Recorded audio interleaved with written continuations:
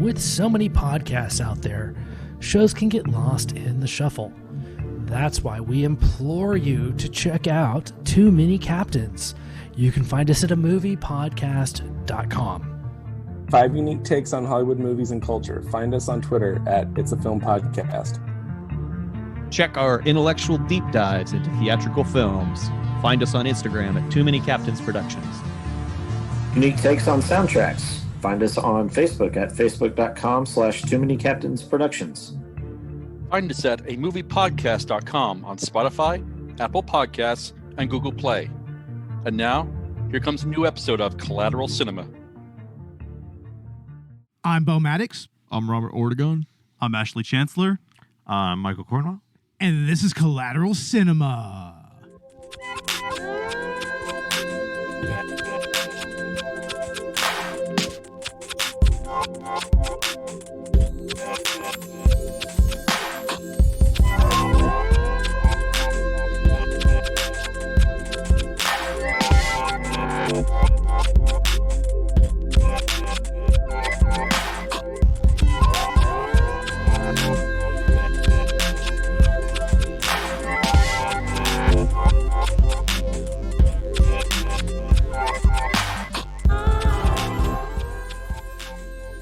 Welcome to Collateral Cinema, the only movie podcast that matters, where we focus on good movies, bad movies, and everything else in between in the world of cinema. We're podcasting straight from somewhere in South Texas, and yes, my friends, we are a 420-friendly podcast. So whatever you have, be it dabs, blunts, bongs, or joints, smoke it if you've got it. And this is a special episode right here. We actually have somebody in studio that we've been meaning to get for a long time. Mr. Michael Cornwell, how you doing, man? I'm great. All right. As I move, my headphones fall completely off my head, but I'm doing good.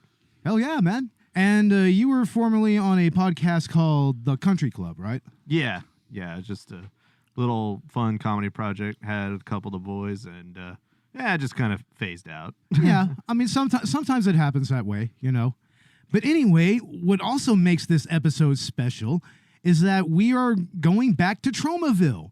We are checking out The Toxic Avenger, the definitive Troma movie. Directed by Michael Herz, produced by Michael Herz and Lloyd Kaufman, of course, written by Lloyd Kaufman. And this is pretty much the iconic mascot for Troma, right, guys? Right. I mean, he's basically the Mario of the Tromaverse. Yeah, very much so. Yeah, Mario is pretty accurate, right? Mario. Yeah. I don't know Just as many spin-offs as Mario. Yeah, I don't know if you guys seen the original Nuke 'Em High. Oh, yeah, the original Nuke 'Em High is great. I have that movie, and it is fantastic. I haven't seen it yet. You need to watch that. I did watch Hectic Knife with y'all. That was my first episode on Collateral Cinema. Yeah, and that was really interesting because that was actually from the filmmakers themselves. So it actually was our first foray into indie reviews and whatnot. And then we've also featured on the director's cut, we featured Bloodsucking Freaks, which is technically a Troma movie. Actually, it's a pretty fucking amazing movie, actually. Bloodsucking Freaks? Bloodsucking Freaks, yeah, remember that, Robert? Dude, I can't believe you have a copy of that. I know, it's a fucked up movie, man. But Toxic Avenger, to me, it's almost like there's kind of an innocence to it, right, guys? Yeah, I definitely think so. What do you think? I mean, Toxie's made out to be an endearing character. And even given, just the straight up murder and brutality, like Mortal Kombat-esque graphic violence displayed against the supervillains of Tromaville. Man, what if Toxie was a downloadable skin for Mortal Kombat 11? That would work, absolutely. It would work. I mean, hell yeah. Seriously. And what would his fatality be? Dude, he's got to do something with that air fryer. Oh, yeah, definitely. That'd be a good one. He pulls out an air fryer and how he kills the guy. Just burns his hand. Straight up fries his hands. I love that part. Fatality. But I guess that we could really start with You know, yeah, we're watching the DVD right now, and we're watching the intro. Pretty much every Troma movie has an intro from Lloyd Kaufman, and usually it has Toxie, and it has Kabuki Man and whatnot. And we got Kabuki Man surrounded by a bunch of women. That is another one that I watch with you guys, Sergeant Kabuki Man. Yeah. Which originally was going to be this episode, and then you got a hold of Toxic Avenger, and you were like, no, we're going to do Toxic Avenger, right? We have to. I mean, this is, like I said, the definitive Troma movie, right? Absolutely. This guy was the mascot after this, and I don't think any other movies, you know, had a cartoon, video game, action figures after him. Yeah. Like, Yeah. I mean, the character is in all the other films, right? Yeah, of course. Posters, and you'll see. Yeah, he even shows up very briefly in Terra Firma, I believe. Very briefly. And also in Romeo and Juliet, I think. But in this movie, I mean, it's usually kind of seen as kind of the starting point for Troma. Let's talk about Troma a little bit. This is like one of the premier indie filmmaking studios in New York. It's been around for ages, like over 30 years, close to 40 years plus. And it was started by Lloyd Kaufman and Michael Herz. And Lloyd Kaufman, what can be said about him, guys? I mean, what a legend. it has its definitive style to it. Like, you can turn it on at any point in any of the movies, and you're gonna know what you're watching right away. Exactly. Yeah. and that's the case with quite a few Troma movies, which I have quite a few of, like the really, really classic ones. Like I said, Romeo and Juliet, Terra Firma, Cannibal the Musical, of course. That's Trey Parker and Matt Stone's contribution. And I also have Redneck Zombies, which is all kinds of fun, honestly. Yeah, we're talking. I haven't seen that one. Oh, you guys see it, bro. Oh, yeah. Redneck Zombies is just fucking insane, man. But, I mean, Troma is a inspiration to so many different filmmakers, right? I mean, they have an approach that's just, fuck it. Just make a movie, fuck the rules. We're going to do it our way. We're going to fill it up with all kinds of blood. We're going to make it a superhero movie instead of just a straight horror movie. And the superhero is going to be this nerd turned into a huge hulking monster. Yeah, and what I like about this film, I remember I was talking about this with you guys earlier, but the movie almost presents itself like a comic book. And this really predates a lot of the modern comic book superhero movies. So I just like the way that, we transition from each scene feeling like we're going from issue to issue of a comic. Or even panel to panel, right? And page to page a little bit. And yeah, it really seems fitting that Toxie would kind of have that comic book feel. I think that there were some comic books made of Toxie, but I mean... Undoubtedly. But I don't really think I've ever seen any of them. And to any of our listeners, if you have any examples of that, share it on our Twitter. But, and the script is... Is there a Citizen Toxie comic? I don't know. Yeah, maybe. I don't know. But the script is written like a comic book. Yeah. Like, does anyone have a line longer than like 5 words? There's no monologues in this film. Absolutely not. And even any type of expositional dialogue, it's kind of really, really quick to the point, and it just moves on to the next point. Yeah, I mean, the movie, presents itself the way the characters' dialogue is like speech bubble to speech bubble. Yep. Exactly. Yeah. And there's even narration here at the beginning and the end. Again, like a comic book, yeah. Yeah, exactly. And Toxie, to me, I mean, he represents the everyman. He's kind of an everyman kind of hero, I mean, he starts off as just a very weak nerd. Who was it that said it was like a combination of Steve Urkel and homeboy from Back to the Future? It was Cinemassacre, I believe. It was James Rolfe. Oh, Marty McFly. Or Marty McFly, yeah. George McFly. Toxic Avenger Volume 1. George McFly. Like a combination of George McFly and Steve Urkel. Yeah, there you go. Oh, yeah. Robert's showing me some of the Toxic Avenger masks that you can get. No, there's a volume 1 comic right there for like 200. Oh, there's the comic. Oh, fuck sweet. yeah! How much? Get it. How much is it? $225. What Holy the shit. fuck? God damn it, comic books. Put it on This is Collateral's rare. credit card. Oh yeah, like we have a credit card, like the bat credit card. The bat. Credit card. I opened one up when you were setting up the podcast. Oh, I got in your God. wallet. Got God damn it! I don't even have good enough credit for that. you have a Shit. credit. You actually have enough credit to buy that comic book, and that's it. Oh man, I'm gonna be paying that off for Hey, decades. that mask don't look too bad either. Yeah, that's a Toxic Dude, Avenger mask. $60. That's That's a fucking deal. crazy. Dude, that's a deal. Nice. Nightmare Toys. Dude. Oh yeah. That's pretty cheap for that quality mask. Is it? I'm surprised it wasn't Trick or Treat Studios. They make good masks. They Right. do. Well, let's talk a little bit about some of the characters in this movie. And oh my goodness, there are some characters. Like, of course, starting off with Melvin, as we were talking about earlier. He's just a straight up nerd. I mean, they even found like the most sniveling actor to play him, right? And just for the audience, Melvin is Toxic. Yeah, Melvin is toxic. Yeah, of course. I don't know if we established that. Yeah. Melvin is the nerdy janitor at the Tromaville Health Center, and he is pranked by a bunch of serial killing punks. These guys and their girlfriends, which is kind of unique here, right? They Yeah. just drive over people. Like, Yeah. It says, oh, sorry, guys. Oh, go ahead. It says it's Toxic Avenger was a short-lived comic book series based on a Tromaville entertainment and was published by Marvel Comics. No Oh, way. shit. Marvel Comics did that? Yeah. nice. So Toxic Ooh. is in the Marvel Marvel universe. Yes. Yes. Time to Somebody. move to MCU. Hey, Lloyd Kaufman was in Guardians of the Galaxy. Yeah, And James Gunn does have that connection to Troma.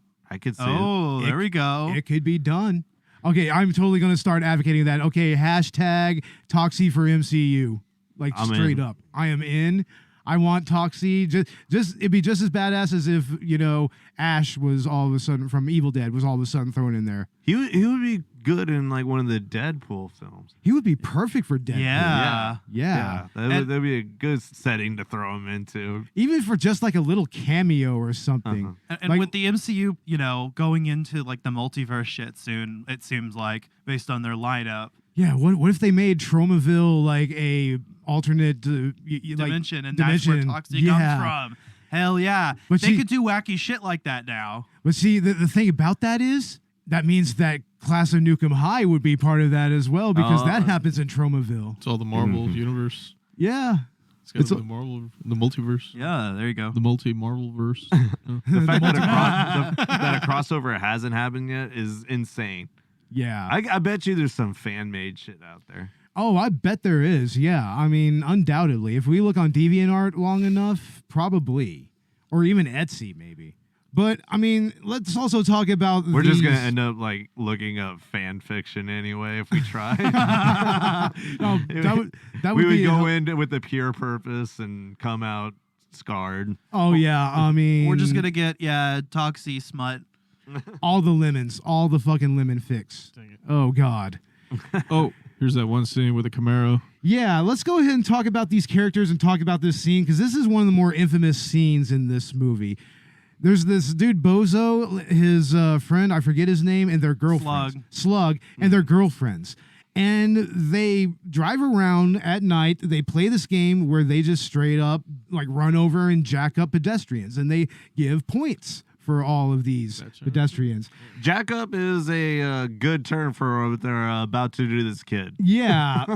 No, yeah, they just run over a kid in this movie straight up. I mean, this is one of those movies that gives zero fucks, and it's because it's Troma. And he doesn't die right away. He's crawling on the ground, and then he backs up into him and smashes his head, which was actually a watermelon, I think, right? It's very obviously a watermelon. If you freeze frame Yeah, it, you can see the rinds and everything. It has a wig on it. The effects are amazing because like they're so corny. It makes such a heinous scene like watchable. Yeah. Like, you can watch it back and still just feel fine like watching this kid get run over. Yeah, seriously. And also, it's Either that or I'm a complete sociopath.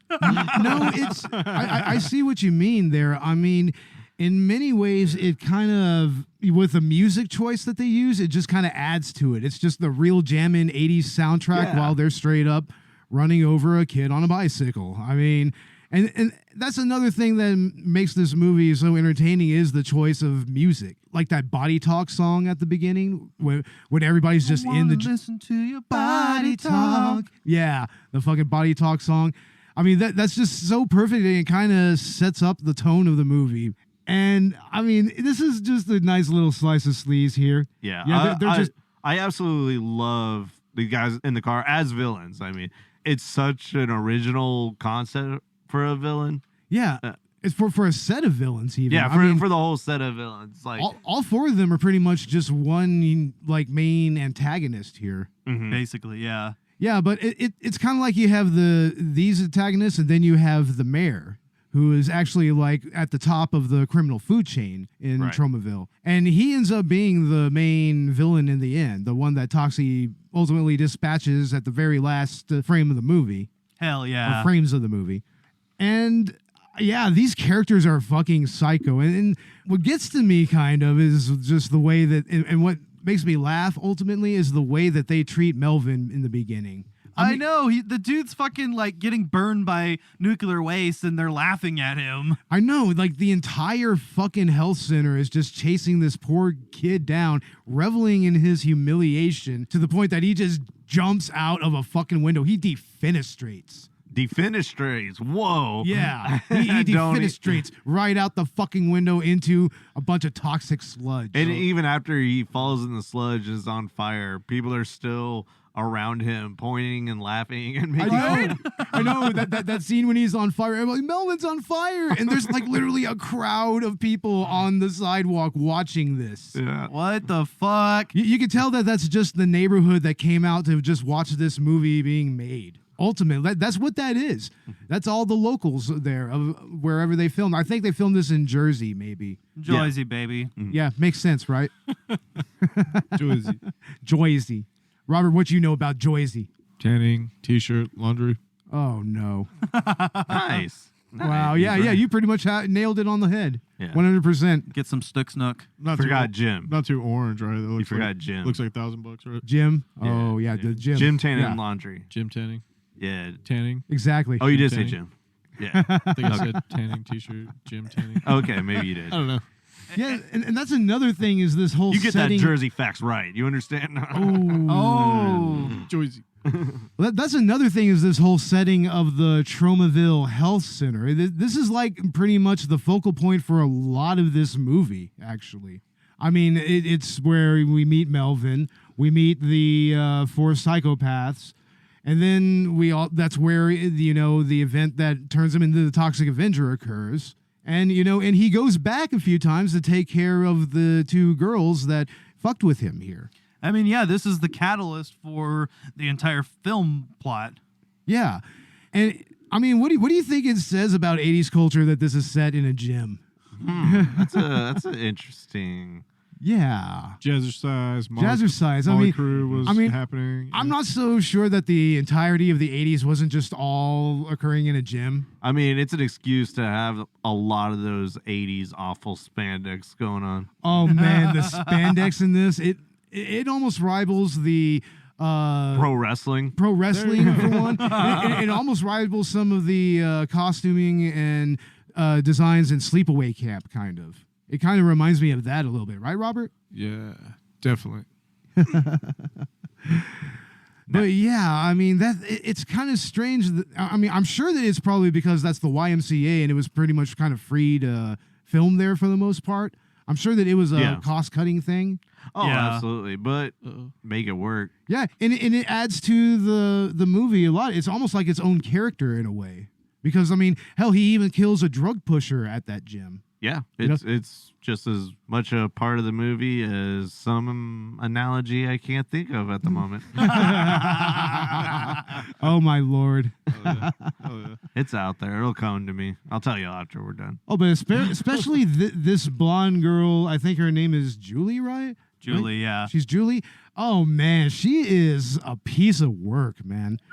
I mean, just the way that she gets off on the kid getting run over, and they fucking take pictures, man. Oh, that's what you meant by piece of work. Yeah. Oh, yeah. Well, she's a piece of work in other ways. Yeah, definitely. She's a piece of work and a piece of shit. Polaroids. All day. Yeah, Polaroids. Yeah, just straight up taking Polaroids of dead kids and everything. Hey, I mean, that she's got her kicks. Oh yeah, you want to call those kicks? Serial killer trophies. Hey, that's like Dexter. Jesus Christ. I think that's what makes Toxie such a sympathetic character is just how evil. Like, everyone in this movie is just a terrible person except him and his girlfriend and his girl, of course. Yeah. But like the whole town's like the people the truck drivers that showed up with the toxic waste.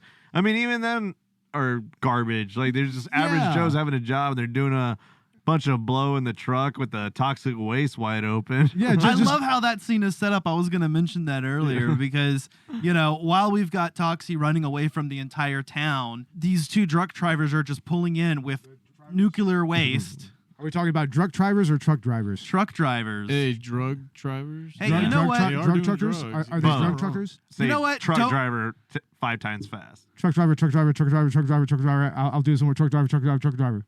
God, God damn it. Bring the fun out of it. Oh, come on, guys. Jesus Christ. You know what? Don't care. Saw titties. Oh, yeah, that's ultimately.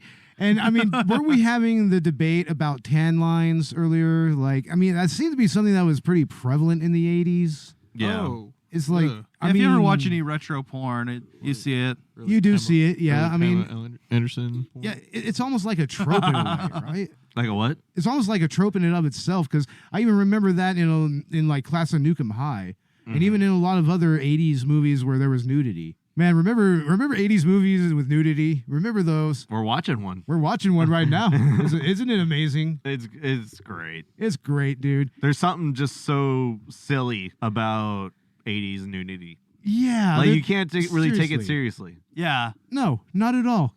Every slasher film from the 80s. Pretty much. In the 90s. Do you of y'all remember that 80s movie called One of the Guys? It had the girl who cross-dressed as a boy. No, but I've seen Joanna Man. Joanna Man. Oh my God. That movie.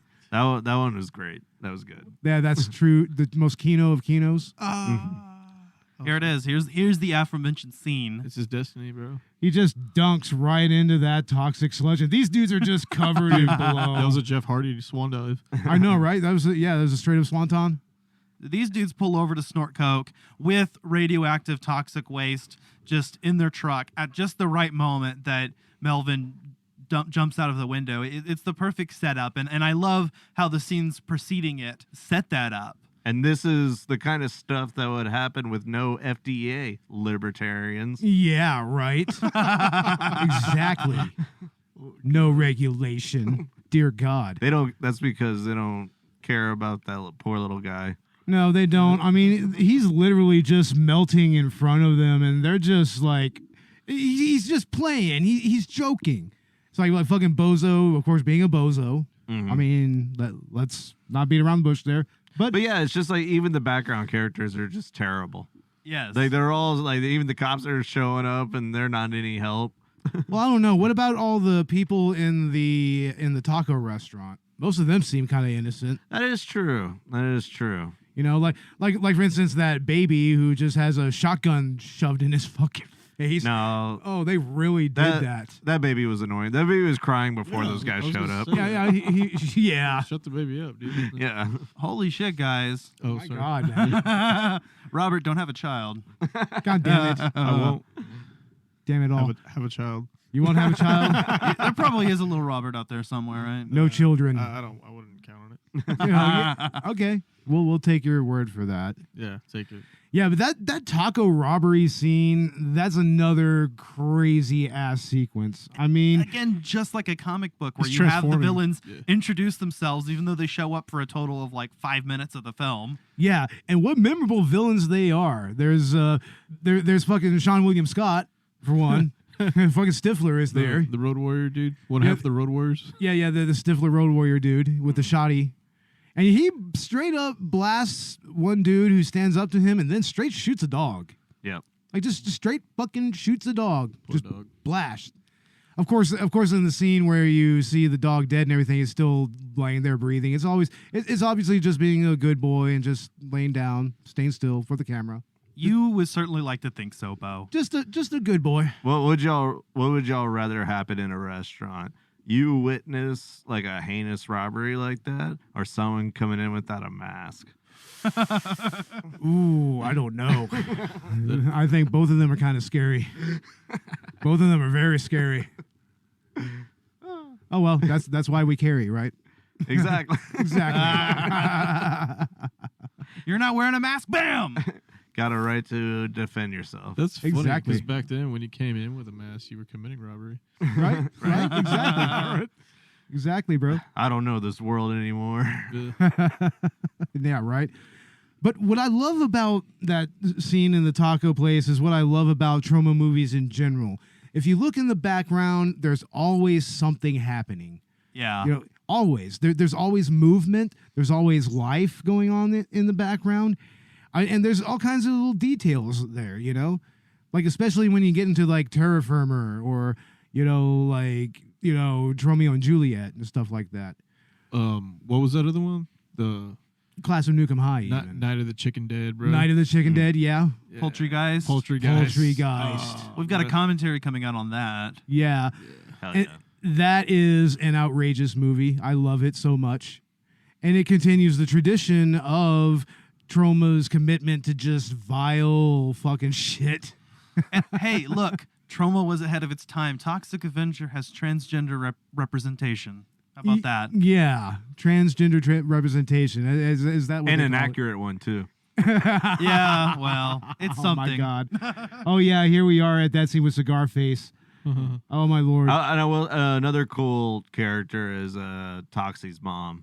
Yeah, Toxie's mom, like, she's such a sweetheart. I love when, he's becoming Toxie and she's at the door and he hears, crap, what's his name? What's his real name? Melvin, yeah. Yeah, Melvin. It's totally slipped my mind. I wonder why. But, like, here's Melvin's voice change as he's becoming Toxie and she's all excited because her little boy just hit puberty. Little Melvin, he's finally hit puberty. It's like, oh, his balls dropped. So that's It's so sweet. It's one of the few sweet. That's a sweet moment in this film. That's about as wholesome as you get from Troma. No, the relationship with Toxie and Sarah, that is wholesomeness wrapped up in fucking a wholesome blanket. Let's break it out. It's pretty horrific still. The relation's like, if you really look at it without knowing the context, it's pretty terrible. It's very sinful. Hey, you know what? I would say that Melvin's balls probably really did drop in that scene because evidently he grew into a full muscular man, grown man. Oh yeah, yeah, of course, with that changed voice that you were talking about, Michael.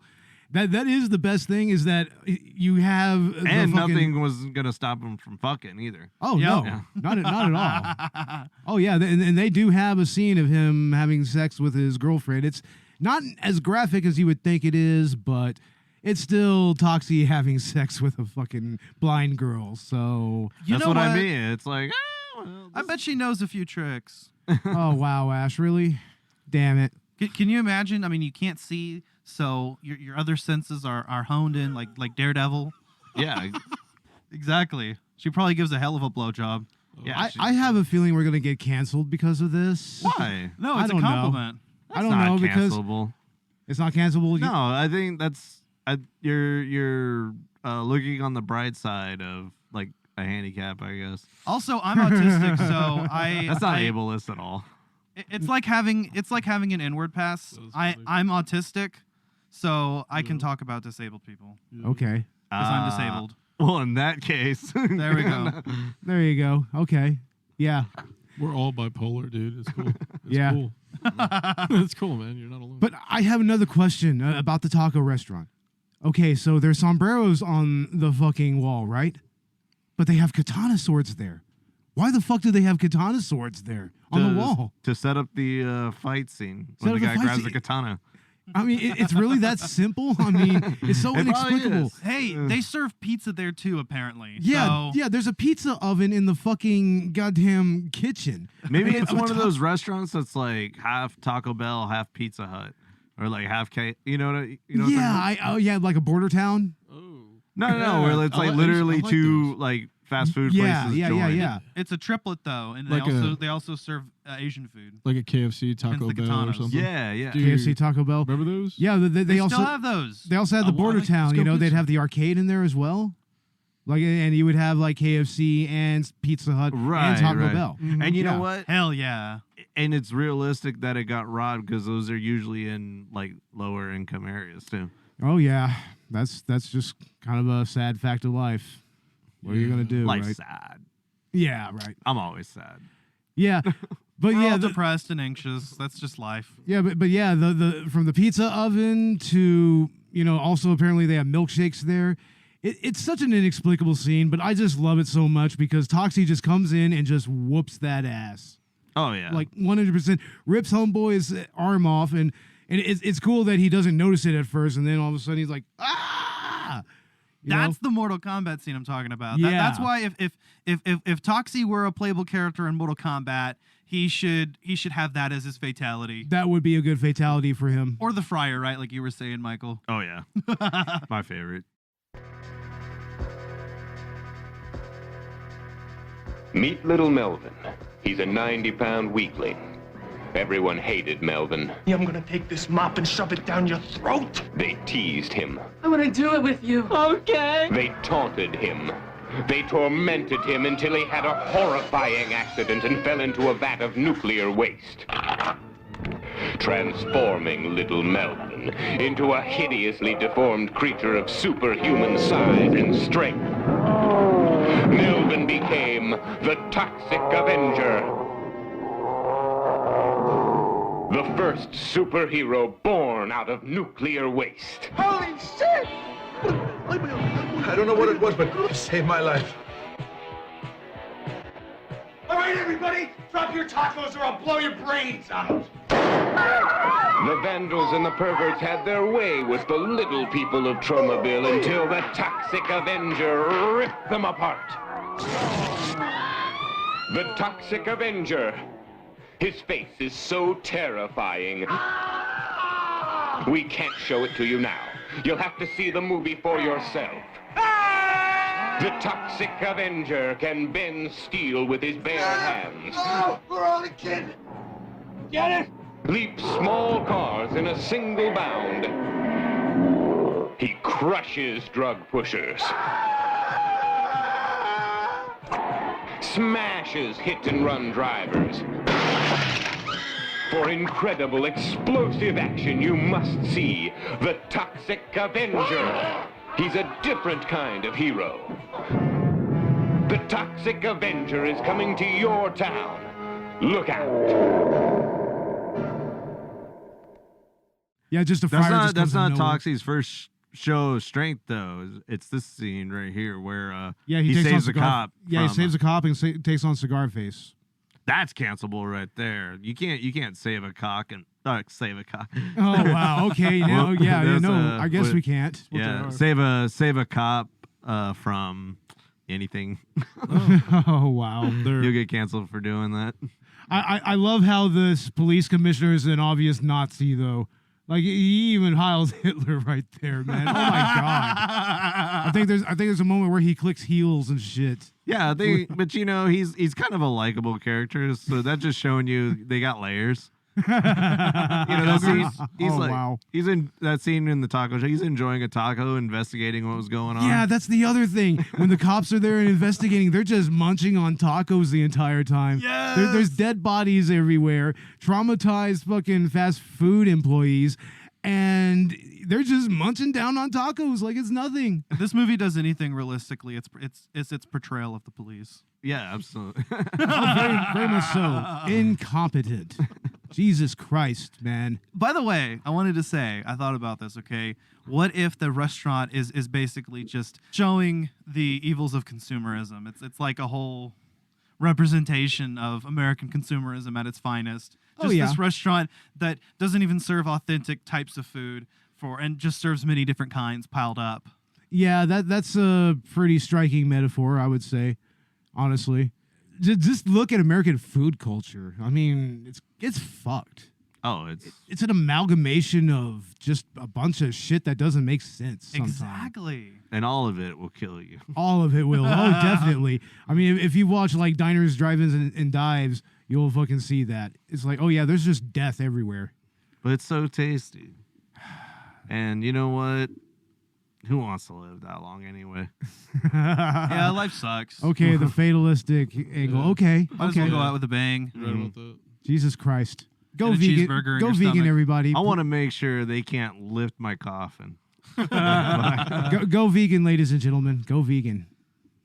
Yeah, shut all y'all up real quick. I had a veggie burger earlier. Hey, that's good. It was delicious. It is. They are. I enjoy both.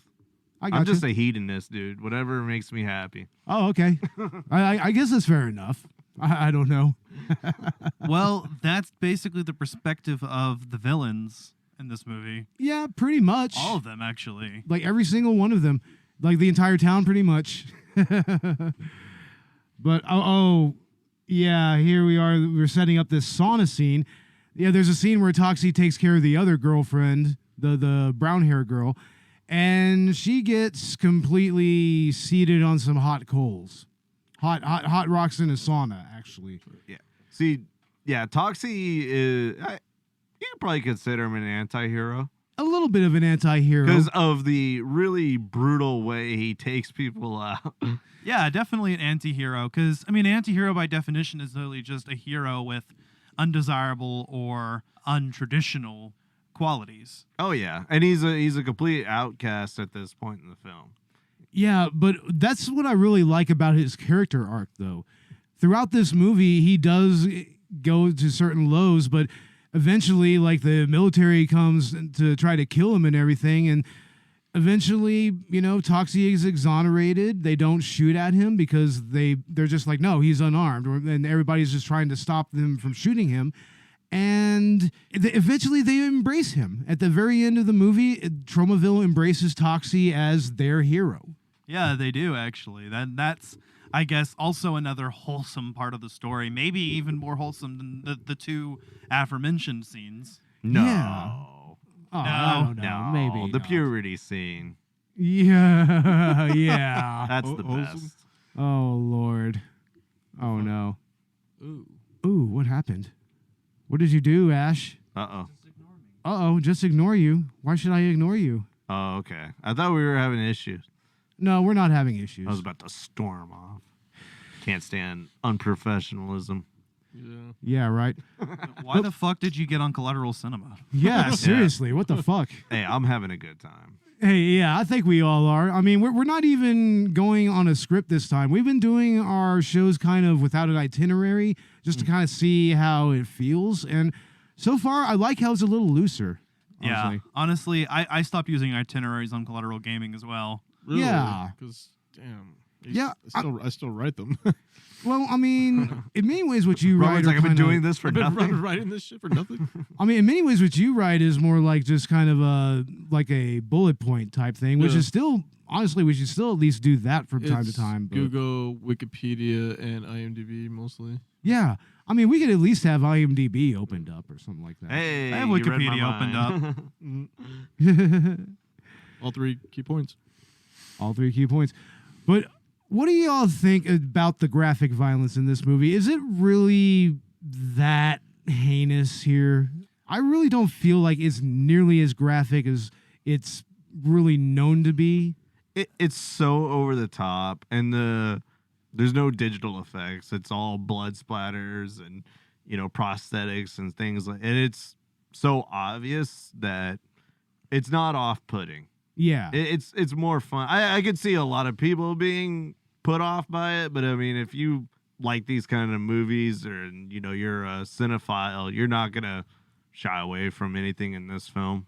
Oh no, not at all. And the cheesy comic book is it's not a dark, dreary film. No, not at all. In many ways, it's kind of joyous. Yes. It's a very joyful film, kind of.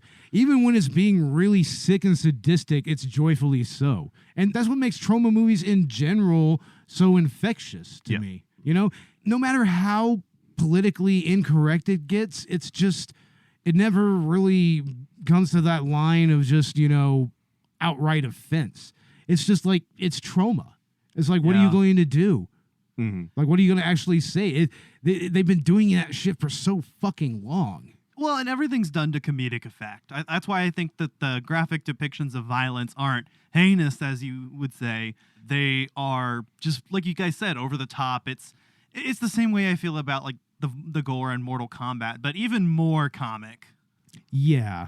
Yeah, that's a good comparison. It's like you sit there and play Mortal Kombat all day and do all the horribly disgusting, because of the context, it's not unnerving or anything, and it's the same thing here. No, it's kind of goofy even, you know, and this even more so. Like we're in that scene where these three new bad guys are robbing the taco restaurant we've been talking about. Yeah, the taco place. And it's the intense scene. You know, they come in, the guy points a shotgun at a little baby and threatens them, and because of the violence we've seen already, it's like you kind of like anything can happen right here. It just becomes absolutely absurd. I mean, we just saw a guy get blasted. We're about to see a dog get blasted as well. Not just a dog, a support dog. Yeah, this line woman who will become Toxie's girlfriend's support animal that helps her walk. Yeah, I mean that's a especially type of fucked up, but it's still just hilarious, man. And then it segues into that the rape reference. It's, oh no. Oh, I don't know. It's like, oh, that's so unfortunate. But still, the other thing about this scene is just how well paced it is, right? Right. I mean, the pacing is just really just going on and on and on. I mean, it doesn't miss a beat at all. In fact, this entire movie, it just really kind of blows right by. And it's how long? Is it like at least good 90 minutes at least? I mean, so. Yeah. And it actually goes by like in nothing, really. Yeah, it really does. I mean, it's paced like a superhero movie, honestly. You know, like an origin story superhero movie. Like, go compare this to, say, the first Raimi Spider-Man film. And I think the pacing is just right there. Exactly. About the same. In fact, the whole, like, the town talking about Toxie and him becoming a hero, you know, superhero scene, superhero, like, montage is just like the one in the Raimi film. Yeah, right?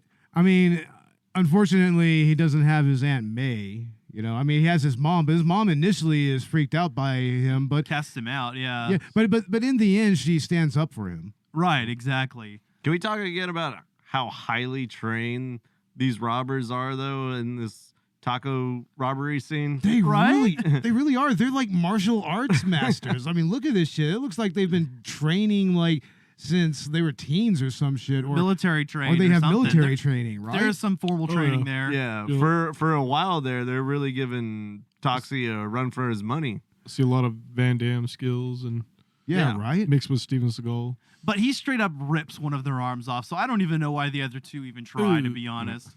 I mean, this dude just straight up ripped a dude's arm off. You really gonna try to fight him? No. Well, I don't know. Easily. I don't know. Here's the other thing. This dude with the nunchucks, he's initially kind of presented as very, very dumb.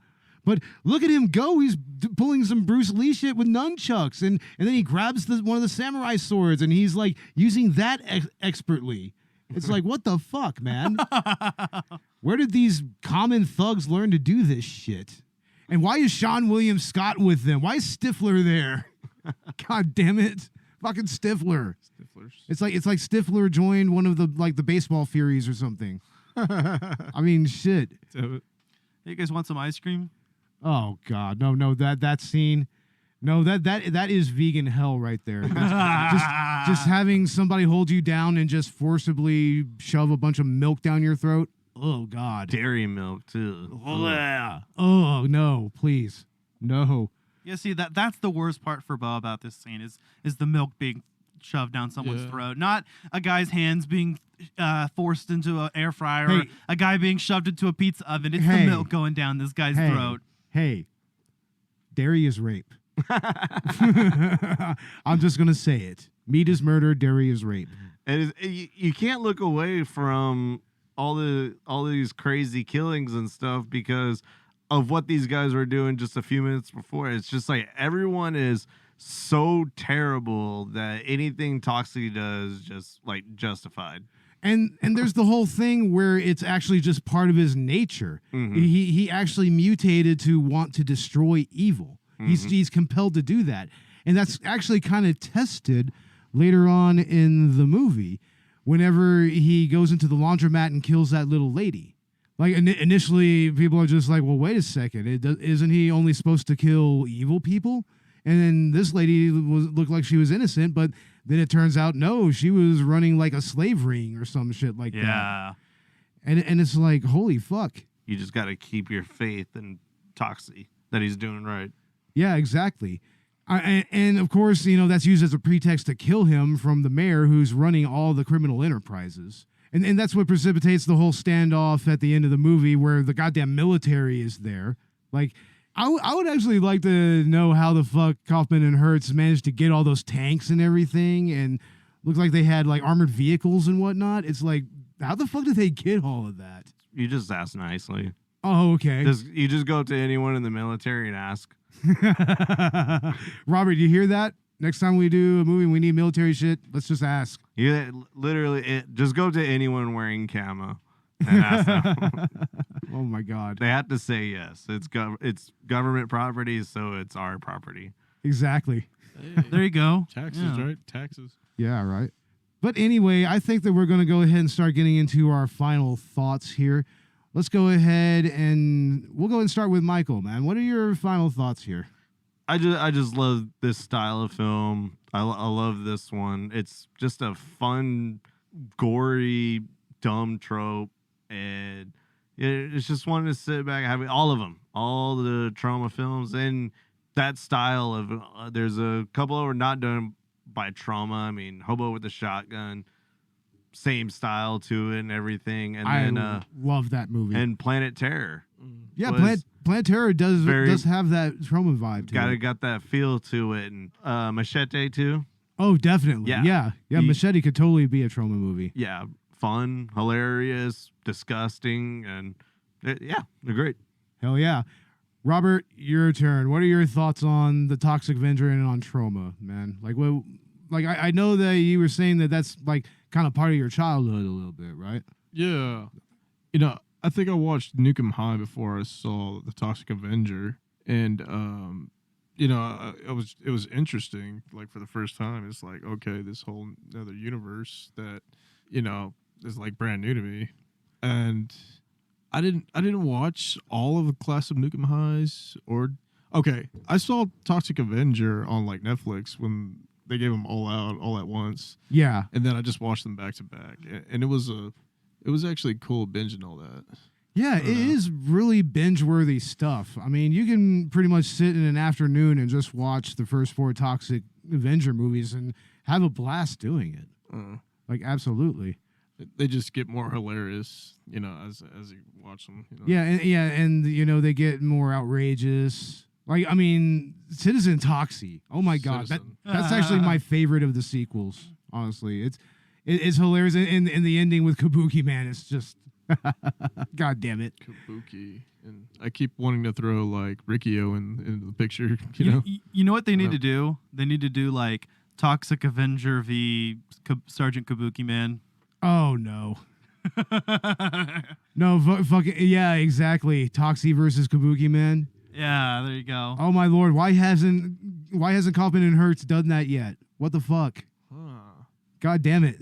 Dawn of Troma. That would sell like a monster movie. It would.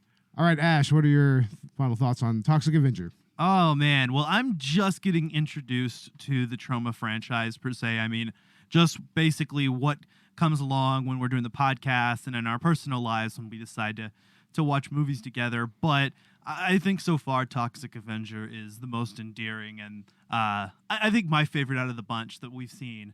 Definitely, yeah. So far. So far.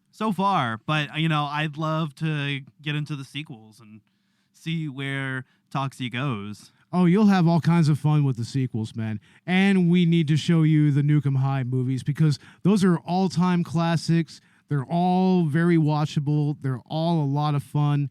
I have a lot of love for the Nukem High series. Like, I've watched them with Robert many times, and yeah, that's another good place to start if you're getting into Troma.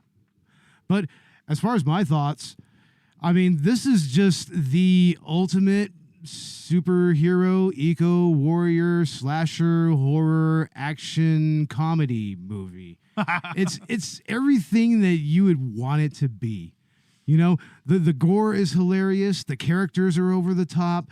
Toxie is likable both as Melvin and in his Toxic Avenger form. I mean, especially in his Toxic Avenger form. I love how the voice changes. I love the growling all the time. And the script is just so well paced and so well written that, like we said earlier, you can get through this movie very quickly and just have a blast and just not even think twice about it.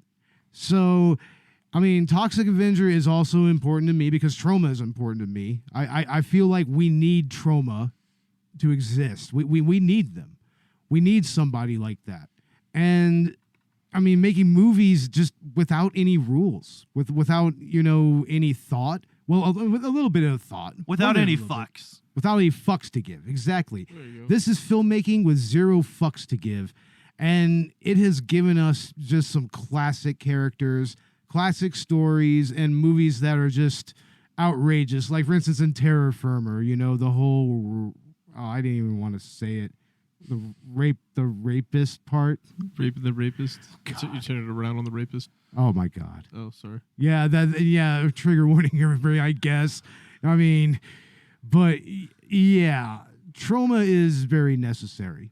It's necessary filmmaking, and I'm glad that they're still around. It's like, Lloyd Kaufman, please stick around to make more movies. We need you, bro. Sponsor our podcast. Yeah, maybe we could. I mean, the Cinema Snob, all his movies are on Troma now, so you can get that through them. And Toxic Avenger, I mean, you could pretty much find this movie anywhere nowadays. I mean, I think you can even still find it on YouTube on their actual channel. But buy it. Yeah, or definitely buy it. Buy this movie. Buy this movie. This movie. 30th anniversary copy, like you did, right? Yeah, and that's the other thing. It's the Toxic Avenger's 37th anniversary. It's getting close to 40 years of Toxie. So this is like just perfect timing. Yeah, you're right. Dude, we got to see all these on like Blu-ray or something. Yeah, in high def. It's going to look sharp. Hell yeah. Oh, that's going to be so great. And the effects are going to be just so much funnier after that. Oh, definitely. They will be. They're going to have to really touch up the kid getting run over. To make it like at least a little believable. Maybe take away the watermelon rinds a little bit. Yeah, I mean there are rumors of a Toxic Avenger reboot, right? There are some rumors of it. I'm not sure how set in concrete that is, but I don't know. A modern Toxie could be interesting if it's done right. And yes, Toxie should totally be in the MCU, 100%. Toxie for MCU, hashtag. Who would play Toxie? Oh, man, that's a good question. Who would play Melvin? Oh. Gummo and then Jim Carrey played Toxie. Gummo, he was fucking stupid. I don't know. I think maybe Michael Cera could play Melvin and then get... I could see it. And then can Michael Cera be that, like, eccentric with it, though? Maybe. Like, I mean, I don't know. He's been so typecast that maybe he needs to play against type. You would need almost like a cooler actor to dumb himself down and do that exaggeration of what a nerd is. Tom Holland? Yeah. Tom Holland could do it. Yeah. There you go. And then for Toxie, get Batista. Definitely. Hell yeah. Batista, Definitely. man. Batista would be perfect. And since he already has that connection with James Gunn, he could get in the front door with Toxie. I mean, come on now. And Batista's voice would be perfect. It would be, yeah. And we're getting into the multiverse of the MCU, so they can definitely recast Batista. Mm-hmm. Yeah. No, have him as both Drax and as Toxie. That's what I'm saying. Yeah, both of them. Yeah, it's actually the perfect timing because we're getting into multiverse shit. So yeah, definitely. Bring Toxic Avenger. Bring Toxie into the MCU. Make it a thing. Hashtag Toxie for MCU. We're totally going to make that a thing. At least 100%. in a Deadpool movie or something. Yeah, that would be a great cameo in a Deadpool movie. It'd be so perfect. And get James Gunn to make a Deadpool movie. Isn't that why you see Stan Lee at all the, like, some of the openings? Oh, yeah. Right? Yeah. It Definitely. says that the comic book series was published by Marvel till like 91 and 92 or something. Yeah. So. Oh, wow. Yeah, Stan Lee had a lot of involvement with Troma. Like, I mean, yeah, he actually did some intros for like some of the Nukem High movies, right? Yeah, he does cameos, but he's like, dude, I'm not a real actor. Like, you know. Yeah. Definitely check out Toxic Avenger, everybody. And we're definitely going to get into more Troma in the future because it's just a treasure trove of great stuff. But anyway, we're going to go ahead and start wrapping everything up. First off, I want to thank Michael Cornwell for coming onto the show. Dude, had a blast. It really was. It was a blast talking about this movie. I'm talking about Toxic Avenger and Troma and all of that. Is there anything to expect from you, Cornwell? Or is there going to be a return to podcasting? Or don't expect anything from me. Right on, man. That's fair enough. But Ash, what's going on with Collateral Gaming? Well, actually, just today, as of the time of this recording, we got out our 420 special. A little bit late, coming at the end of 420 month, but whatever. And we are going to be talking about Dead Space next. Excellent. That's a creepy movie. That's a creepy game. Well, actually, after our Mortal Kombat 11 review, which is continuing the multi-part collaboration we're doing with Collateral Cinema for the new movie. Yeah. And we just got out a bonus round focused on Mortal Kombat as well. We did the 2021 movie review. That was our last episode on Collateral Cinema as well. Exactly.